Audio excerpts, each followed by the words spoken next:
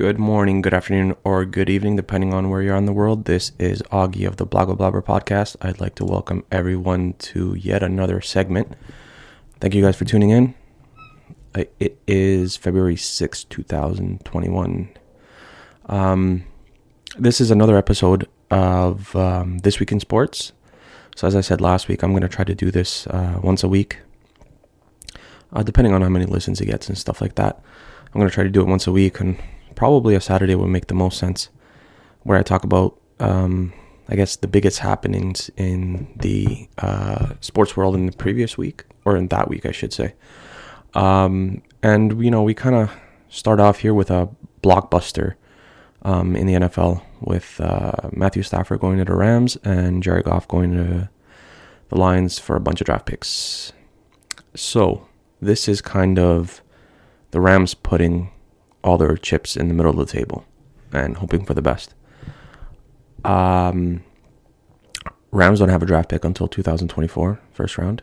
So the last first round draft pick was Jared Goff, coincidentally.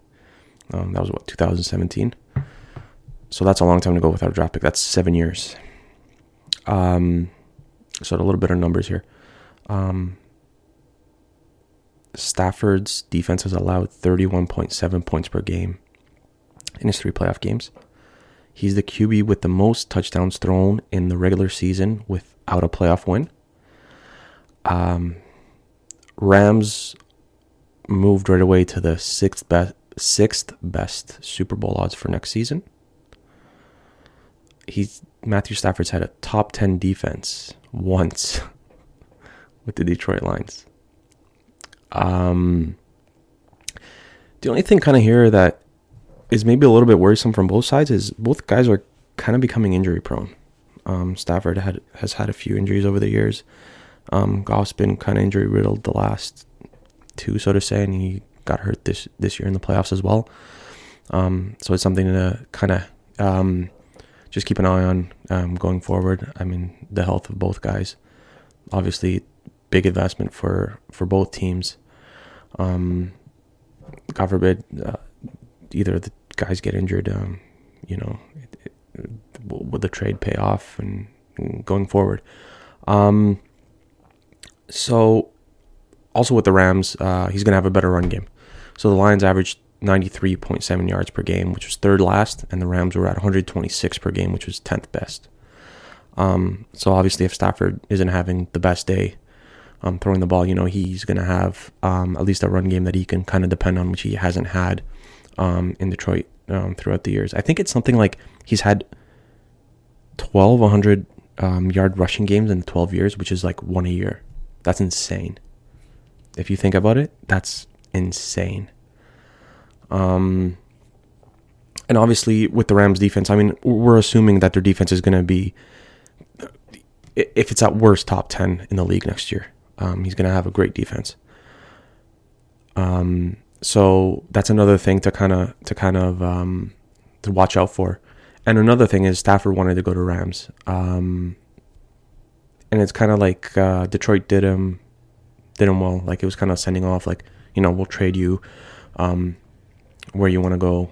Thanks for your service. And it's kind of like, I guess, what a lot of teams do with their star players, so to say.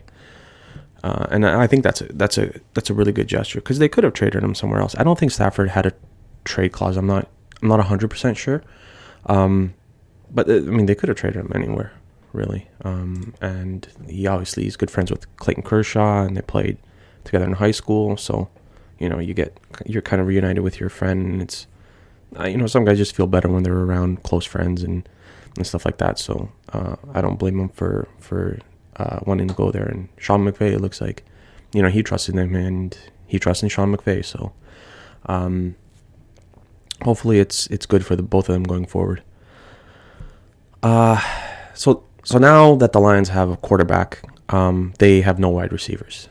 Golladay is a free agent, and they have, I believe, the 6th overall pick this year in the draft. So I'm thinking they're going to go for a wide receiver because there's a lot of good ones, at the top there. Smith and Chase and guys like that. So I think getting him a number 1 target will be the best thing that they can do in this draft. I assume their QB protection isn't that great, just because it's the Lions. And also, I mean, like, they can go out and get him protection in the first round and draft another wide receiver in the later rounds, like second, third, fourth. Like, there's been better, second, third, and fourth round guys than there have been in the first round. But that's like, excuse me, that's like every other sport, to tell you the truth. Like, there's always gems in the later rounds, especially the drafts where there's 6-7 rounds, like NHL and football and stuff like that. Baseball, there's guys you could pick in the 50th round, who become all-stars and MVPs. But I think I think the guys at the top of the draft and the wide receiver class are really good, and that's kind of what's going to separate them from the guys in the second and third round. And that's kind of, truth be told, I think that's the same thing with quarterbacks. So if you need a quarterback, you're probably going to want to move up into the first round, somewhere in the top 15, 20 to get a quarterback. Sure, you could get one later on, but I think there's 3 or 4 or 5 quarterbacks who are head and shoulders above the rest. And like, yeah, sure, you can get a guy in the second or third round, just like any other year, fourth round, whatever. But I think these guys are head and shoulders above the rest, that if you really want a quarterback that's the future of your team for the next 10, 15 years, you're going to have to move into the first round. Another thing on Stafford, he doesn't really have any big game experience. Like, he has three playoff games where he's thrown 908 yards, which is around 303 a game, 4 TDs, 3 interceptions, and a QB rating of 88 to round it off. So that's the thing that kind of worries me if I'm the Rams, because he hasn't played in any big games apart from the 3 playoff games, if you want to count those. So do what you will with that. If the Rams win a title this season, or the next season, I should say, 2021, it's going to be because their defense played extremely well and Stafford played just good enough to win a title. That's my prediction.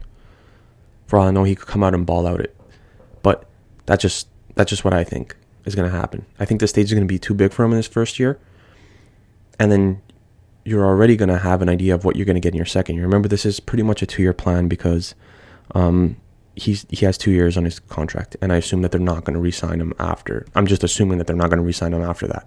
Who knows? Maybe they do. Maybe they extend him or something like that, and they give him another 2 years, because I believe he's going to be 35 when this current deal expires. So, if they extend him for another 2, that's 37. But the thing I don't like is we always assume, because Brady's kind of setting the new trend of where quarterbacks are going to play into their 40s. Like, that's not going to be every guy. Like, everyone's still talking about Aaron Rodgers. Just to kind of go off topic a little bit, like, Aaron Rodgers still has 2, 3, 4 years left. Like, we can't just assume that he's great. There's no doubt about that. But we can't just assume that every quarterback that's really good is going to be like Brady and play for 25 years in the league. I think, one hit and you're finished. So that's why, and to kind of jump to Drew Brees, that's why I think Drew Brees should kind of retire. Although Drew Brees is in his 40s. Like, one more hit and he could be done. Like, the guy has kids at home and a wife. You've done well. You've made a lot of money. I get that you're still competitive, but man, he's just not the same guy anymore. And that's just my opinion. Stafford also throws a lot of TDs and interceptions, obviously. 282 touchdowns, 144 interceptions. So it's not quite 2-1, which is kind of, I guess, the measuring stick for quarterbacks. But, like, honestly, if you're a gunslinger, like, you're going to throw out interceptions. Like, Favre is in the top 10 in interceptions. So is Marino, and so are a bunch of other guys. Like, guys aren't going to be, sending the ball out there and just not throwing interceptions. Although now, to tell you the truth, the last, 3, 4, 5 years, like, there's guys throwing 6, 7, 8 interceptions a season, which is, like, the new normal, I guess. And if you throw anywhere over 10, they look at you like, wow, like, he threw more than 10. That's a lot of interceptions. Speaking of interceptions, this I found a crazy stat. So 53% of Goff's interceptions have come in the last 2 seasons. He's been a starter for 3 seasons? That's a lot. So more than half of his interceptions have come in the last 2 seasons. That's something to keep an eye on. And if they don't have great, wide receivers in Detroit, man, it could be a long career for him down there. It could be a long career down there for him. And to kind of look at Goff's numbers in the playoffs, he's 2-3, 1,300 yards on the dot, passing yards, 217 a game if you run it off, 4 TDs, 2 interceptions, and 80 QB rating. So that's a little bit lower than the QB rating is a little bit lower than Stafford, but he also has more games under his belt. But that stat, I kind of dug that up because I know a lot of people have been talking about him and kind of like him throwing a lot of INTs and stuff like that, and I decided to look it up, and it's wow, that's a lot. And Goff's QBR this season was 58.5, which is 23rd overall, which is not very good. So if I had to pick a winner of this trade,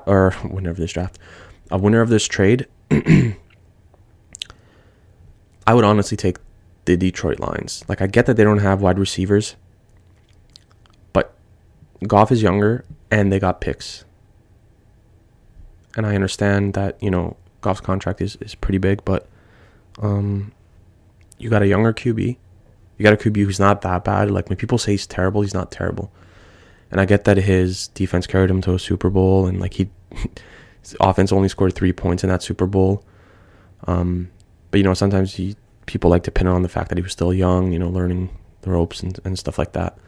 But I mean, I think both needed a change of scenery. McVay kind of gave up on him, to tell you the truth. So a change of scenery was needed for both. Would have been better if he ended up somewhere like Denver, and I'm talking about Goff. Yeah, probably.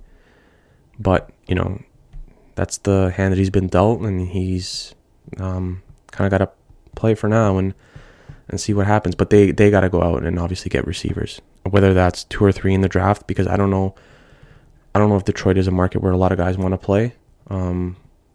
So I don't know. They're gonna have to either draft 2 or 3 guys, or they're gonna have to go and sign as free agents, because I don't know who would want to play there. And with their situation, I'm not too sure. But like I said, if I had to pick a winner right now, I'd take Detroit. And yeah, that's my opinion on that subject.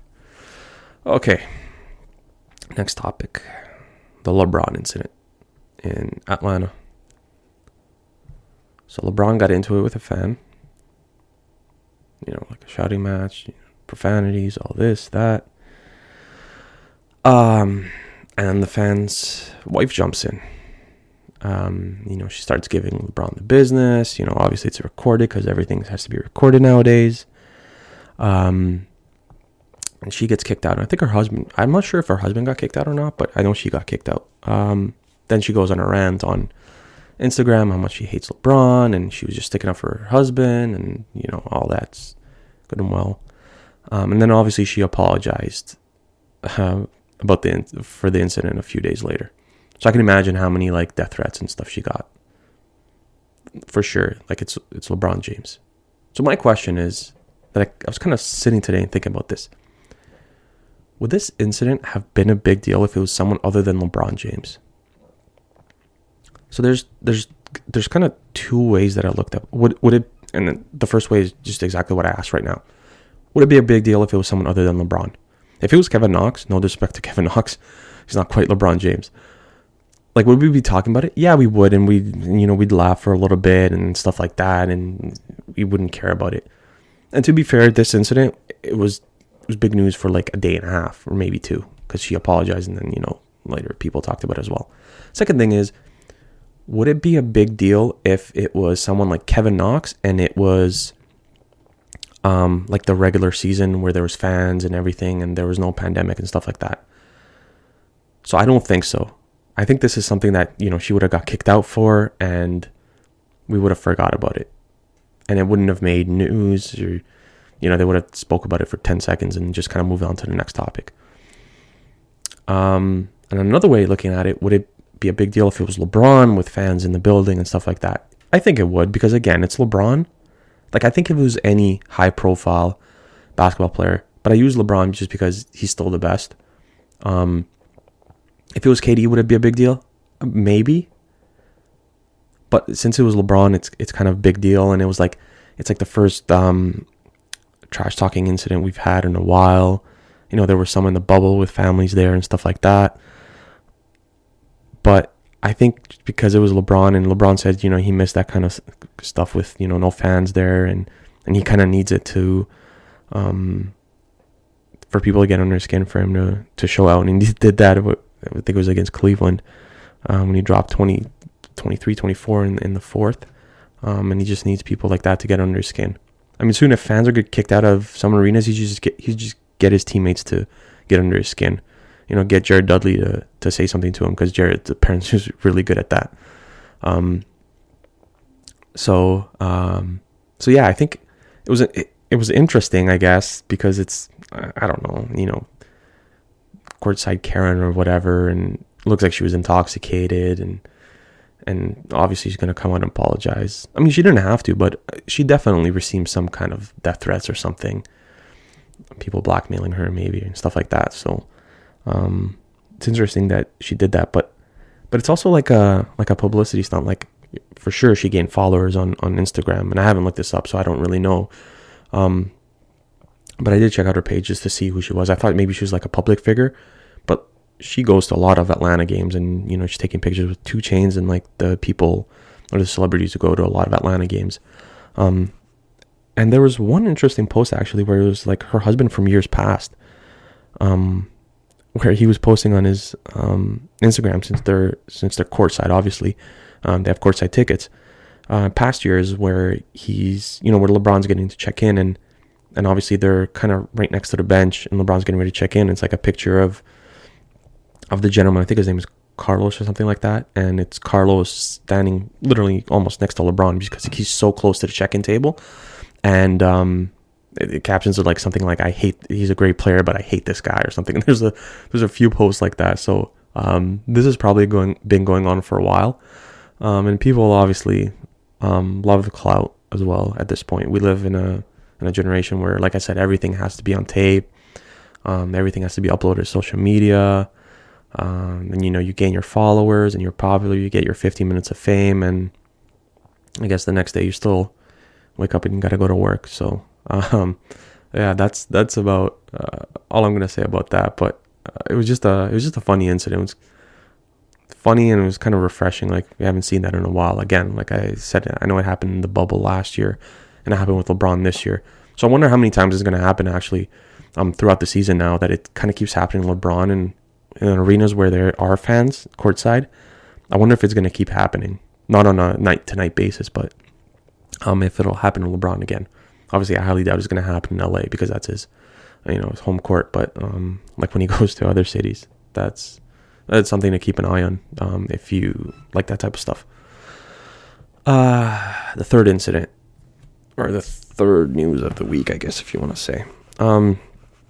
I guess the officiating, I was going to do the officiating in Arsenal match from the Wolverhampton game, but I couldn't even talk about the stuff that happened today, because it was, I think, even worse than what happened on the Wolverhampton game. So for the soccer fans who know, keep a track, David Luiz picked up a red card that was, he was kind of running behind a player, and I guess the Willian Jose kind of clipped David Luiz on the kneecap, I guess.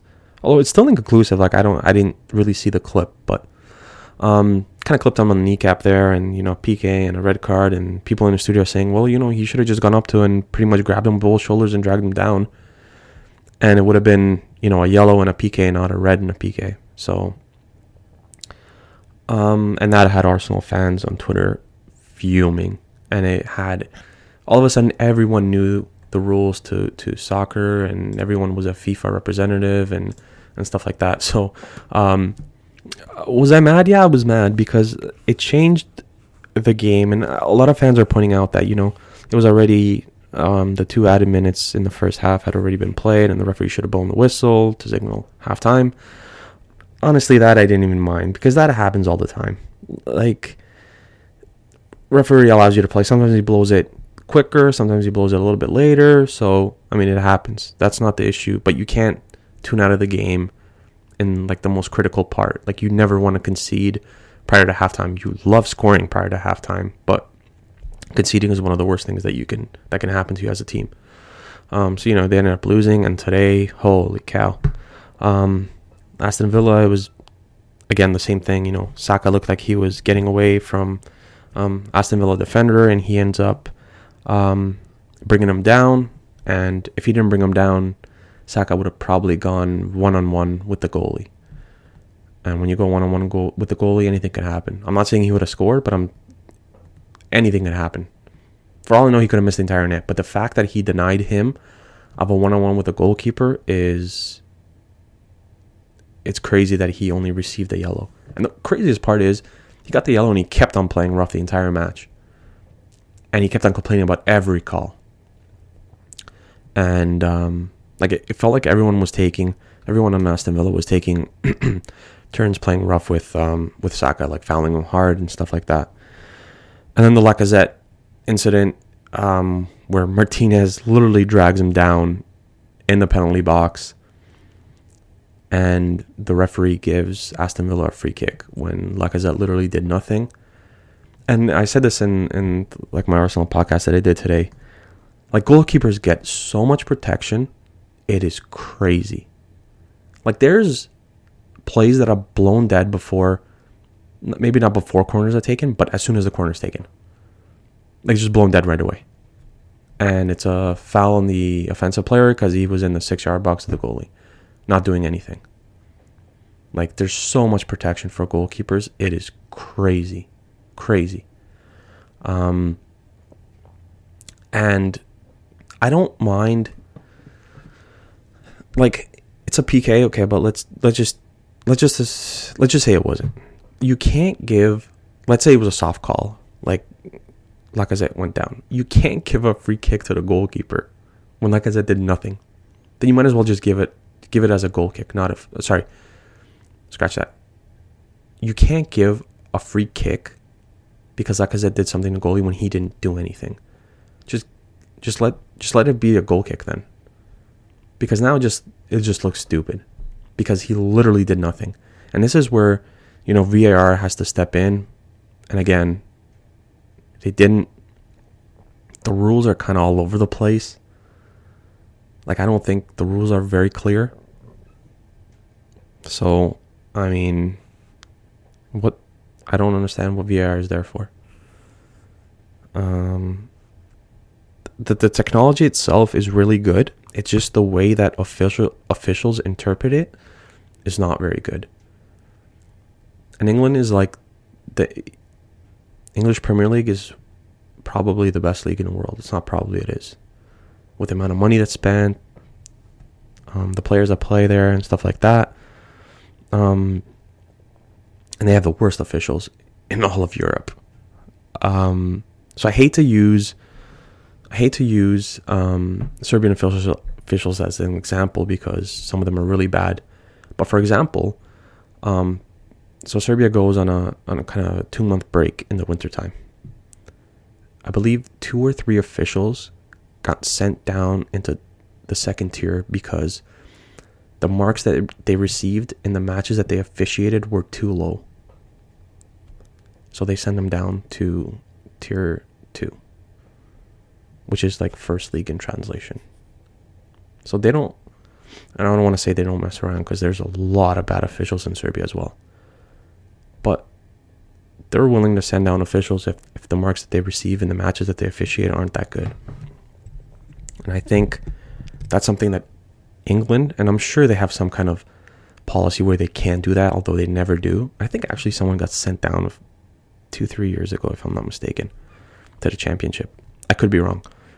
But I think it's something that every league needs to have, where you grade every official on his match, and at the end of the season, you look at those officiating marks, and you kind of make a decision of, if their marks are way too low, then you send them to tier 2 or from tier 2 to 3 or whatever it is. And then you bring up whomever has the best marks in tier 2 or something along the lines of that, to kind of award some officials and to kind of relegate others from tier 1 to tier 2. I think that makes sense. I understand some countries just don't have that much officiating, like good enough officials to kind of go from, someone goes from tier 1 to tier 2, tier 2 to tier 1 and stuff like that. I get it.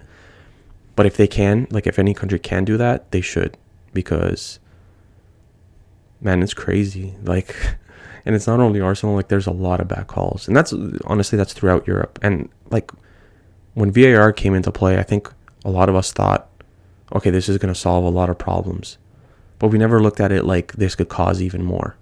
And it could be even more confusing than it was before. And I think that's kind of where we're headed now, where there's more questions than answers. And I think the system maybe needs to be reviewed a little bit on like how we judge when VAR is used and when it's not, and when officials can contact, when VAR officials in the room can contact the head officials of the match and stuff like that. And what I did like today, actually, today was the first match day where in England they allowed substitutions for concussions. So if a player is concussed, like England went back to the 3 substitution rule. If a player is concussed and can't continue, you can make a substitution. You'd still have 3. So I really like that part, because it wouldn't be fair if someone got injured. Like let's say 2 of your players get concussed, which is very rare in a match, but it could happen potentially. And then 2 of your substitutions are used on those 2 guys who got concussed. Like I get stuff that happens, but I really like this rule.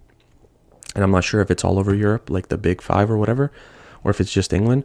But if it is England, I think all the Big 5 should incorporate that rule, as well as the other leagues as the years go on, or next year, or whenever that is. That's all I really have for you guys. Oh, my Super Bowl predictions. I think I'll take... Oh, man, this is tough. I think I'll take KC tomorrow. Chiefs. I don't think it's going to be close. Like, if either team wins this, I think it's going to be a blowout. And I think a blowout is anywhere more than, like, I would say 17 points. I think Chiefs are going to win 42-23. MVP, it would be very easy to say Mahomes. So I'm going to say Tyreek Hill.